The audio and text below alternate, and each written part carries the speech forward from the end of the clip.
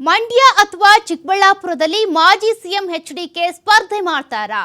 High command ತೀರ್ಮಾನಿಸುತ್ತೆ ಅಂತ ಮಾಜಿ ಪ್ರಧಾನಿ ಎಚ್ಡಿಡಿ ಹೇಳಿದ್ದಾರೆ. ಮೋದಿ ಅಮಿತ್ ಶಾ ಅಭಿಪ್ರಾಯದ ನಂತರ ನಿರ್ಧಾರ ಆಗುತ್ತೆ ಅಂತ ಎಚ್ಡಿ ದೇವೇಗೌಡರು ಹೇಳಿದ್ದಾರೆ. ಮಂಡ್ಯ ಅಥವಾ ಚಿಕ್ಕಬಳ್ಳಾಪುರದಲ್ಲಿ ಹಾಗಾದ್ರೆ ಮಾಜಿ ಮುಖ್ಯಮಂತ್ರಿ ಎಚ್ಡಿ ಕುಮಾರಸ್ವಾಮಿ ಸ್ಪರ್ಧೆ ಮಾಡ್ತಾರಾ?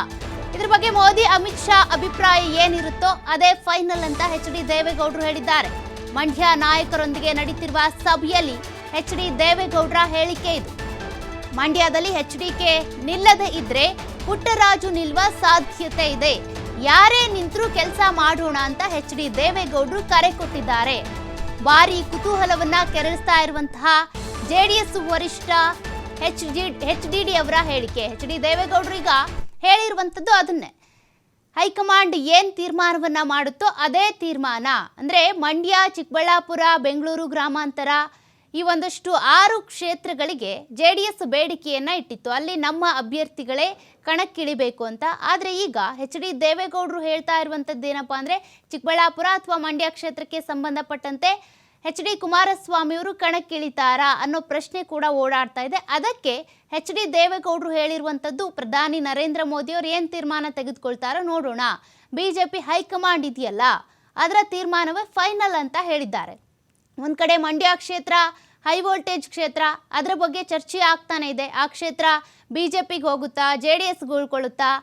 ಯಾಕೆಂದರೆ ಈಗ ಮಂಡ್ಯ ಕ್ಷೇತ್ರದಲ್ಲಿ ಸಂಸದೆಯಾಗಿ ಇರುವಂಥದ್ದು ಸುಮಲತಾ ಅವರು ಬಿಜೆಪಿಗೆ ಬಾಹ್ಯವಾಗಿ ಬೆಂಬಲವನ್ನು ಸೂಚಿಸ್ತೇನೆ ಅಂತ ಹೇಳಿದ್ದಾರೆ. ಇದ್ರ ಬಗ್ಗೆ ಹೆಚ್ಚಿನ ಮಾಹಿತಿಯನ್ನ ಕೊಡ್ತಾ ಹೋಗ್ತಾರೆ ನಮ್ಮ ಪ್ರತಿನಿಧಿ LN ಸ್ವಾಮಿ ಫೋನ್ ಸಂಪರ್ಕದಲ್ಲಿದ್ದಾರೆ. LN ಸ್ವಾಮಿ, ಈಗ ಮಂಡ್ಯ ನಾಯಕರೊಂದಿಗೆ ಎಚ್ಡಿ ದೇವೇಗೌಡರು ಮೀಟಿಂಗ್ ಮಾಡಿದ್ದಾರೆ. ಮೀಟಿಂಗ್ ನಲ್ಲಿ ಒಂದು ಸ್ಫೋಟಕ ಹೇಳಿಕೆ, ಬಿಜೆಪಿ ಹೈಕಮಾಂಡ್ ಏನ್ ತೀರ್ಮಾನ ತೆಗೆದುಕೊಳ್ಳುತ್ತೋ ಅದರಂತೆಯೇ ಕುಮಾರಸ್ವಾಮಿ ಅವರು ಸ್ಪರ್ಧೆ ಮಾಡೋದ್ರ ಬಗ್ಗೆ ತೀರ್ಮಾನ ಆಗುತ್ತೆ ಅಂತ. ಏನಿದೆ ಇದ್ರ ಬಗ್ಗೆ ಮಾಹಿತಿ?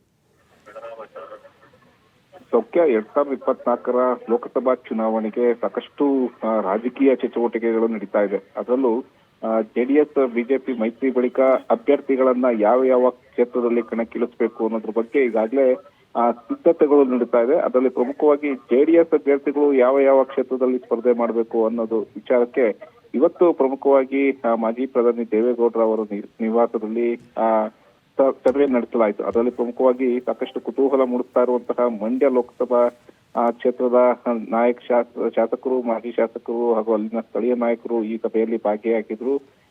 ಮಂಡ್ಯದಿಂದ ಮೈತ್ರಿ ಅಭ್ಯರ್ಥಿಯಾಗಿ ಅಂದ್ರೆ NDA ಅಭ್ಯರ್ಥಿಯಾಗಿ ಯಾರು ಕಣಕ್ಕಿಳಿಬೇಕು ಎಂಬ ವಿಚಾರಕ್ಕೆ ಸಂಬಂಧಪಟ್ಟಂತೆ ಒಂದಿಷ್ಟು ಸಲಹೆ ಸೂಚನೆಗಳನ್ನ ಪಡೆಯಲಾಯಿತು. ಜೊತೆಗೆ ಅಲ್ಲಿ ಸ್ಥಳೀಯ ಕಾರ್ಯಕರ್ತರ ಒಂದು ಅಭಿಪ್ರಾಯ ಏನಿದೆ ಎಂಬ ವಿಚಾರದ ಬಗ್ಗೆ ಕೂಡ ಅಲ್ಲಿನ ನಾಯಕರು ಮಾಜಿ ಪ್ರಧಾನಿ ದೇವೇಗೌಡರಿಗೆ ತಿಳಿಸಿದ್ರು.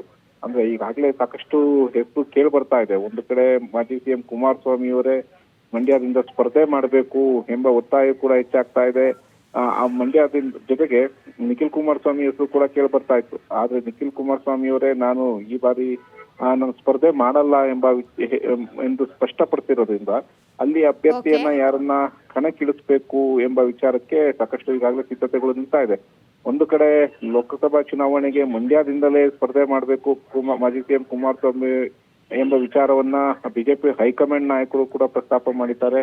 ಹಾಗಾಗಿ ಅಲ್ಲಿ ಯಾರನ್ನ ಕಣಕ್ಕಿಳಿಸ್ಬೇಕು ಎಂಬ ವಿಚಾರಕ್ಕೆ ಸಂಬಂಧಪಟ್ಟಂತೆ ಇವತ್ತು ಮಾಜಿ ಪ್ರಧಾನಿ ದೇವೇಗೌಡರ ನಿವಾಸದಲ್ಲಿ ಸಭೆ ನಡೆಸಲಾಯಿತು.